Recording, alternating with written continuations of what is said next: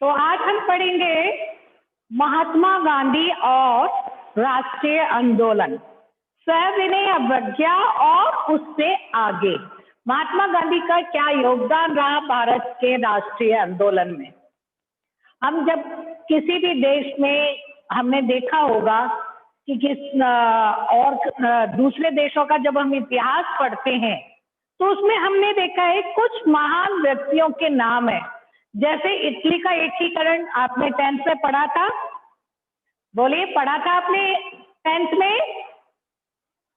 Italy का एकीकरण? शायद आप लोगों ने वो वाला चैप्टर नहीं पढ़ा था, हमने छोड़ दिया था। लेकिन जब इतिहास के स्टूडेंट है तो आपको जानना चाहिए कि इटली का एकीकरण, जर्मनी का एकीकरण, ये सब पहले छोटे छोटे राष्ट्र थे जिनको बनाकर एक बड़ा राष्ट्र का रूप धारण किया गया। तो इटली के एकीकरण के लिए कहा जाता है कि अगर गैरीबाल्डी नहीं होता तो शायद इटली का एकीकरण नहीं होता। ऐसे ही जब हम अमेरिका के संदर्भ में पढ़ते हैं तो हम अक्सर पढ़ते हैं जॉर्ज वॉशिंगटन के बारे में, जिन्होंने अमेरिका का स्वतंत्रता युद्ध चलाया था और जो आज अमेरिका है और ये इनके प्रथम राष्ट्रपति भी बने। और जॉर्ज वाशिंगटन जो है उन जैसे हमारे यहाँ पे महात्मा गांधी को महान समझा जाता है, उसी तरीके से उन्होंने अमेरिका को जो यूरोपीय शक्ति थी उनसे स्वतंत्र कराया था, इसलिए उनका बहुत ज्यादा वहां पर महत्व है। ऐसे ही हमने 10th में एक चैप्टर पढ़ा था इंडो चाइना, याद है आपको? बोलिए। Yes ma'am. उसमें हाँ, हू ची नी को पढ़ा था हमने, जो वहां के राष्ट्रपति थे हू ची नी, उन्होंने किस प्रकार से वियतनाम को स्वतंत्रता दिलाई और जो दो पार्ट में वो डिवाइड था, उत्तरी वियतनाम और दक्षिण वियतनाम, उनका एकीकरण कराकर उसे एक राष्ट्र का रूप प्रदान किया। तो हम हर देश में देखेंगे, कहने का मतलब ये है कि हर देश में कोई ना कोई व्यक्ति ऐसा होता है जो नायक बनकर आता है और राष्ट्र का निर्माण करता है। तो उसी श्रेणी में अगर हम देखें तो अगर हम ये कहें कि भारत की स्वतंत्रता का मुख्य नायक महात्मा गांधी जी रहे तो ये कोई अतिशयोक्ति नहीं है, क्योंकि स्वतंत्रता संग्राम का जो कह सकते हो कि जो भूमिका उन्होंने निभाई है उसका महत्व की हम तुलना किसी अन्य से नहीं कर सकते। उन्होंने बहुत बड़ा योगदान दिया है हमारे स्वतंत्रता संग्राम में या स्वतंत्रता आंदोलन को चलाने में। उन्होंने उसकी बागडोर पकड़ी, नेतृत्व किया, ये सब आपने पढ़ रखा है। तो ये चैप्टर ऐसा मुझे नहीं लगता है कि आपके लिए कोई नया चैप्टर है, क्योंकि 10th में भी आपने महात्मा गांधी और राष्ट्रीय आंदोलन पूरा पढ़ा हुआ है, जिसमें उन्होंने आपने 10th में सत्याग्रह आंदोलन भी पढ़ा है बच्चों, कि सत्याग्रह आंदोलन चलाया था। Yes ma'am. के बारे में उन्होंने बताया था सत्याग्रह क्या है। सविनय अवज्ञा आंदोलन के बारे में भी हम पढ़ चुके हैं, ठीक है, सविनय अवज्ञा आंदोलन के बारे में भी हम पढ़ चुके हैं। चंपा आंदोलन, हाँ, सत्याग्रह, फिर सविनय अवज्ञा आंदोलन, फिर असहयोग आंदोलन हमने पढ़ा है, याद आया? असहयोग आंदोलन, फिर भारत छोड़ो आंदोलन, ठीक है, भारत छोड़ो आंदोलन, उधर देख रहे हैं, ठीक है, समझ में आ गई बात? तो ये सारे आंदोलन हमारे लिए कोई नए नहीं है, ये सब हम लोग स्टार्टिंग से पढ़ते आ रहे हैं और 10th में तो पूरा आपका एक चैप्टर है। तो इसमें भी ये बताया गया है कि वो सविनय अवज्ञा आंदोलन के बारे में उनका क्या विचार था, किस तरीके से थे और किस तरीके से थोड़ा सा आप कह सकते हो उसमें हमने थोड़ा सा संक्षेप में पढ़ा। अब हम उनकी नीतियों के बारे में, उनके विचारों के बारे में इस चैप्टर में अच्छी तरीके से पढ़ेंगे। जैसा कि आपने यहाँ पर देखा है, स्वयं की उद्घोषणा करता एक नेता, आपकी फर्स्ट हेडिंग है, ठीक है, समझ में आ गई? हाँ, यस मैम। मोहनदास करमचंद गांधी विदेश में 2 दशक रहने के बाद, आपने 10th में पढ़ा था जब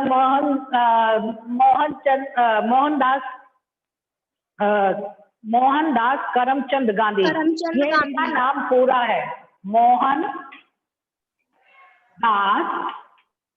करमचंद गांधी। चंद गांधी, ठीक है, ये इनका नाम पूरा है, पूरा नाम है, क्योंकि गुजरातियों में पिता का नाम आगे लगाने की परंपरा होती है। तो ये दक्षिण अफ्रीका गए थे बैरिस्ट्री का पढ़ाई करने के लिए, वकालत की पढ़ाई करने के लिए, और 1915 में ये भारत लौटे थे। ठीक है, भारत लौटने के बाद उन्होंने जैसे दक्षिण अफ्रीका में इन्होंने एक आंदोलन चलाया था, सविनय अवज्ञा आंदोलन या सत्याग्रह आंदोलन, जिसमें इनको बहुत प्रसिद्धि मिली थी।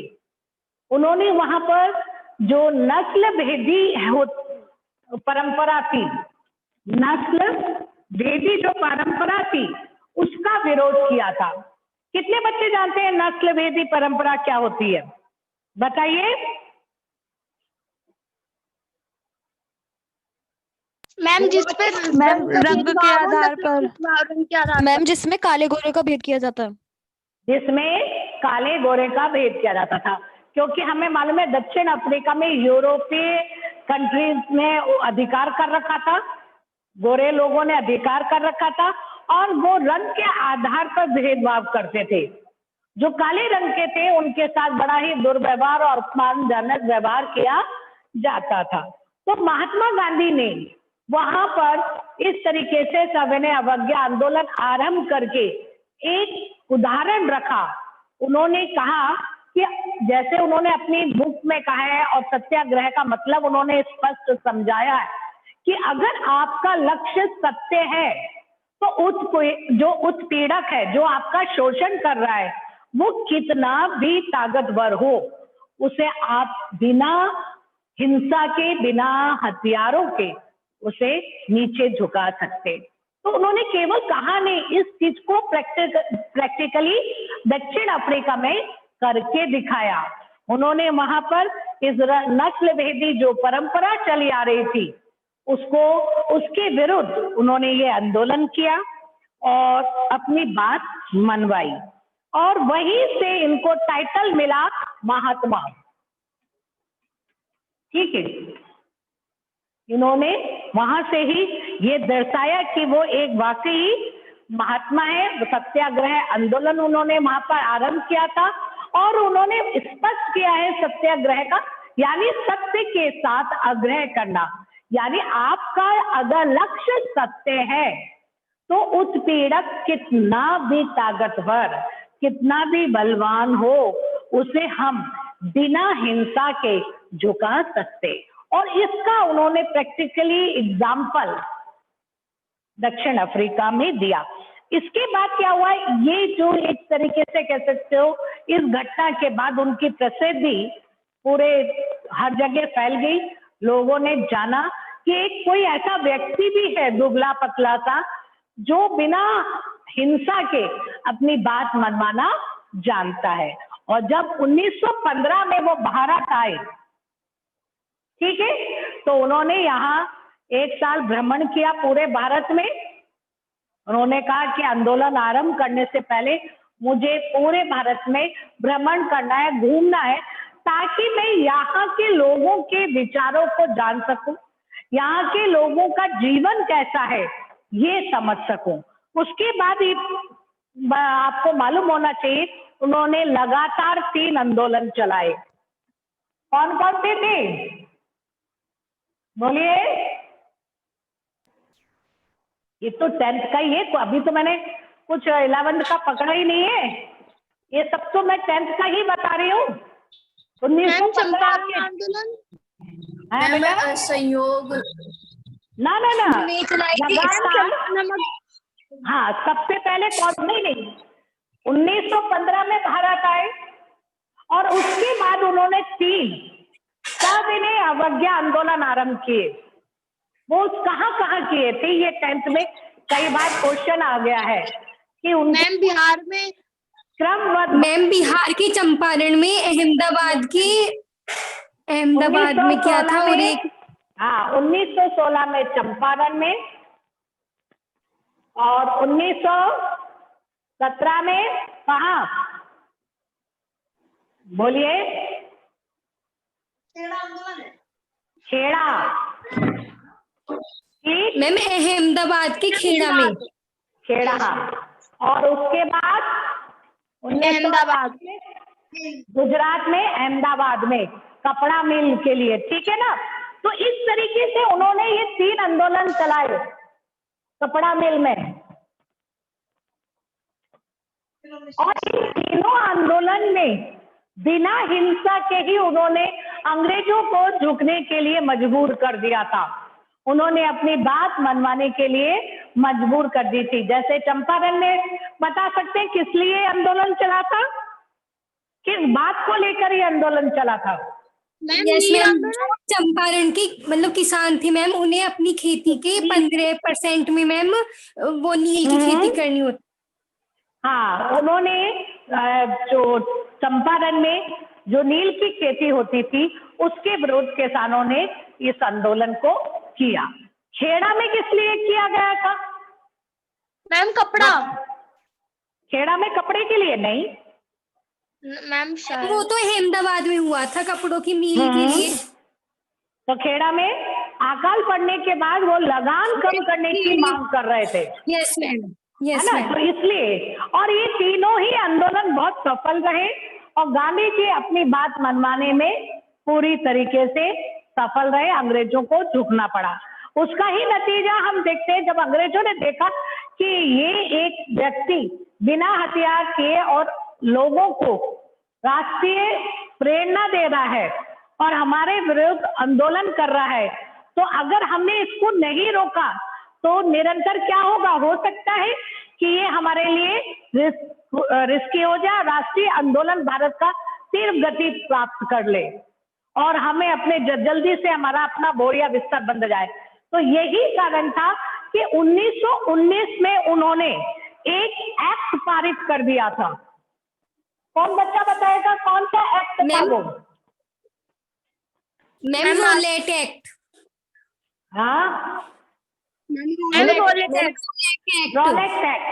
रोलेक्स एक्ट क्या था बताइए?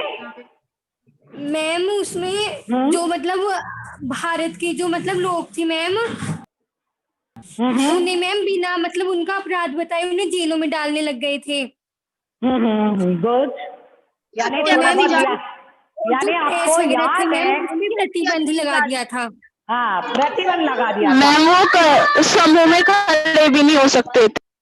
हाँ, उनके इस एक्ट को पारित करने का पीछे जो मुख्य उद्देश्य था वो ये था बच्चों कि वो चाहते थे कि भारत में जो धीरे धीरे रफ्तार आ रही है राष्ट्रीय आंदोलन की है, और महात्मा गांधी के तीनों आंदोलन सफल हो गए, अगर यहाँ पर हमने ब्रेक नहीं लगाया तो बहुत जल्दी ही हमें यहाँ से भागना पड़ेगा। इसलिए उन्होंने रोलेक्स एक्ट पास किया और उसमें उन्होंने कहा कि जो भी व्यक्ति यानी राष्ट्रीय नेता मतलब कोई भी आंदोलन या कुछ भी करेगा तो उसे बिना कारण बताए जेल में 2 साल के लिए डाल दिया जाएगा। ठीक, और उसको ना तो अपील करने का अधिकार दिया जाएगा, ना उसे अपनी बात प्रस्तुत करने के लिए कोई अधिकार दिया जाएगा। इसलिए कई जगह इस आंदोलन को बिना अपील, बिना वकील, बिना दलील एक्ट भी कहा जाता है। इसे भारत में काला कानून भी कहा गया, जिसका विरोध किया गया और एक तरीके से आप कह सकते हो असहयोग आंदोलन की नींव रखी गई इस एक्ट के अंतर के कारण। समझ में आ रही है बात? और इस एक्ट को पास करने का जो मुख्य उद्देश्य था वो केवल क्या था कि भारत में जो राष्ट्रीय आंदोलन तीव्र गति प्राप्त कर रहा है उसके बाद उसको रोका जाए, उसे ब्रेक लगा दिया जाए। समझ में आ गई इतनी बात? बोलिए। तो इसमें खास तौर से ऐसा कुछ नहीं है उनके जीवन के बारे में, असहयोग, ये सारा आपने पढ़ा हुआ है। थोड़ा सा नमक सत्याग्रह भी आपने पढ़ा है, दांडी मार्च यात्रा भी पढ़ी है। इसके बाद उन्होंने Yes, क्या किया ma'am. कि जब इन्होंने गांधी जी ने कहा कि हम इस रॉलेट एक्ट के अगेंस्ट एक आंदोलन चलाएंगे, देश व्यापक आंदोलन चलाएंगे, तो गांधी जी को भी जो प्रवेश है उनको रोक दिया गया, उनसे कह दिया गया आप कोई भी ऐसी राजनीतिक गतिविधियां नहीं करेंगे, उनको भी पकड़ लिया गया।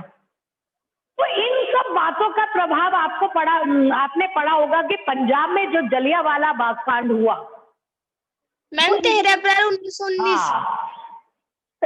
यानी कि आपको ये सारा कुछ याद है, बहुत अच्छा लग रहा है कि आप भूले नहीं हो, है ना। एक साल हो जाने नहीं तो बहुत जल्दी भूल जाते हो, है ना।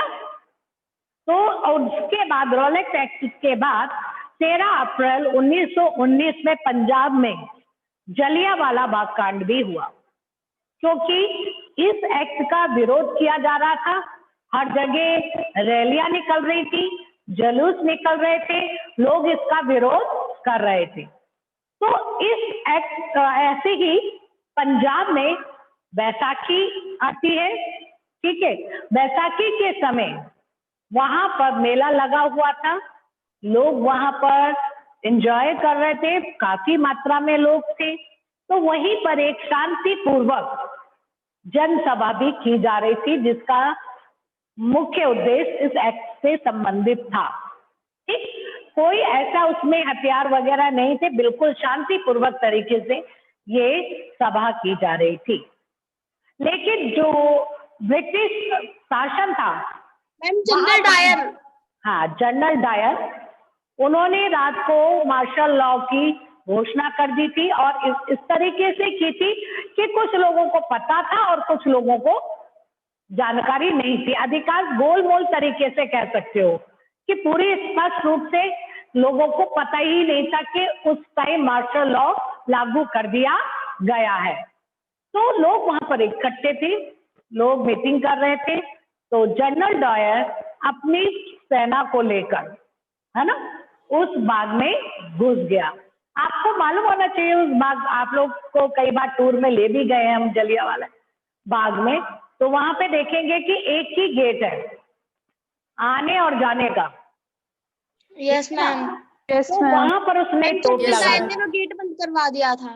हाँ, जनरल डायर ने तोप लगा के वो गेट बंद करवा दिया। चारों तरफ उसने सिपाहियों को खड़ा कर दिया बंदूक से, और बिना वार्निंग दिए, ठीक, गोलियां दागनी शुरू कर दी थी। तो हम देखते कि वहां पर हजारों कई सौ लोग मरे। बीच में एक कुआं है, आप लोगों ने देखा होगा, यस बना मैम, हुआ है। हाँ, वो भी लाशों मैम, से देखा भर गया, है। है ना, देखा है आप लोगों को, ले गए हम। तो इस प्रकार से ये कार्य किया गया था। तो उसके विरोध में ही बाद में असहयोग आंदोलन चलाया गया, जिसका नेतृत्व भी महात्मा गांधी ने किया। समझ में आ गया? Yes ma'am. इतना याद है ना सबको? Yes ma'am. Yes ma'am. हाँ, तो यहाँ पर इसमें थोड़ा सा और भी बताया गया है। जैसे आपको बताया है कि जब वो पंजाब के लाला यहाँ पर जब आए, उन्होंने राजनीतिक विश्लेषण किया, तो उन्होंने देखा यहाँ पर 3 नेता बहुत प्रमुख रूप से थे, लाल, बाल और पाल, ठीक है। इनका नाम सुना है आपने? इन तीनों की जो ग्रुप था, सुना है? लाल, बाल और पाल किनको कहा जाता था? किनको कहा जाता था बताइए? मैम बाल गंगाधर तिलक और बाल गंगाधर तिलक और लाला लाजपत राय और विपिन Yes, चंद्र ma'am. पाल। हाँ, ये तीनों ऐसे नेता थे जो कांग्रेस थी, है ना, कांग्रेस आगे चलकर 1905 में चलकर उसमें 2 शाखाएं विभाजित हो गई थी। एक को नरम दल कहा जाता था और एक को गरम दल कहा जाता था। मतलब ऐसे नहीं कि अलग अलग ग्रुप बन गए थे, उसी में 2 तरीके के विचार रखने वाले ग्रुप बन गए थे। एक नरम दल के नाम से जाना जाता था और एक गरम दल के गरम नाम से जाना जाता था, या उदारवादी या कट्टरवादी। ठीक, तो इस तरीके से जो गरम दल था उसके 3 नेता बड़े फेमस थे, जिन्हें बिपिन चंद्र पाल, लाला लाजपत, ठीक है, और बाल गंगाधर तिलक थे। इनके 3 प्रमुख नेता। इनका ये विश्वास था कि केवल जो हम अभी तक एप्लीकेशन दे देकर, प्रार्थना पत्र दे देकर कार्य कर रहे हैं, इससे कोई फायदा नहीं होना है। अगर हमें अंग्रेजों से अपनी बातें मनवानी है तो हमें आंदोलन करना पड़ेगा, उनके अगेंस्ट खड़ा होना पड़ेगा। ठीक है, इस तरीके से ये थोड़े से कठोरवादी थे। इनका यह मानना था कि जहां औपनिवेशिक शासन के प्रति लड़ाकू विरोध का समर्थन किया। ठीक, तो एक तरीके से ये गरम दल के मुख्य 3 नेता थे। क्वेश्चन आता है 1 नंबर में कि गरम दल के 3 प्रमुख नेताओं के नाम लिखिए, या क्वेश्चन ऐसे भी आ सकता है, बाल, पाल और लाल कौन थे, इनके बारे में लिखिए। ठीक है, तो महात्मा गांधी भारत आए, और जब वो दक्षिण अफ्रीका गए थे 1893 में, ठीक है, जब वो यहाँ से गए थे और जब वो भारत लौट के आए तो उन्हें भारत थोड़ा सा चेंज लगा, काफी हद तक वो चेंज हो रहा था। यहाँ पे राजनीतिक गतियां सक्रिय हो रही थी, और राष्ट्रीय कांग्रेस की जो ब्रांचेस हैं, शाखाएं, वो कई जगह खुली हुई थी। स्वदेशी आंदोलन का आह्वान किया जा रहा था, चल रहा था, और ब्रिटिश शासन का विरोध करना आरंभ हो गया था। ठीक है, जब वो लौट के आए तो उन्होंने देखा राजनीतिक जो छोड़ के गए थे वो 1893 में, और जब वो 1915 में लौट के आए, उसमें और अब में, 1893 में जब गए और 1915 में जब लौट के आए, उसमें और इसमें बहुत बड़ा अंतर आ गया था भारत में, भारत की राजनीतिक स्थिति में। पहले कांग्रेस इतनी बड़ी राजनीतिक दल नहीं था, अब कांग्रेस एक प्रमुख राजनीतिक दल बन गया था। उसमें भी 2 शाखाएं बन गई थी 1905 में, एक गरम दल हो गया था और एक नरम दल हो गया था। ठीक है, आज के लिए मैं एक क्वेश्चन देती हूँ, मैंने गरम दल के 3 नेताओं के नाम आपको बताए। ठीक, कल आप नरम दल के 3 नेताओं के नाम लिखकर लाएंगे या याद कर लाएंगे। ठीक है, समझ में आ गया बच्चों? बोलिए। Yes, ma'am. तो आज के लिए Yes, ma'am. Yes, है ma'am. ना? तो सारे बच्चे गरम दल के नेता के नाम लिखकर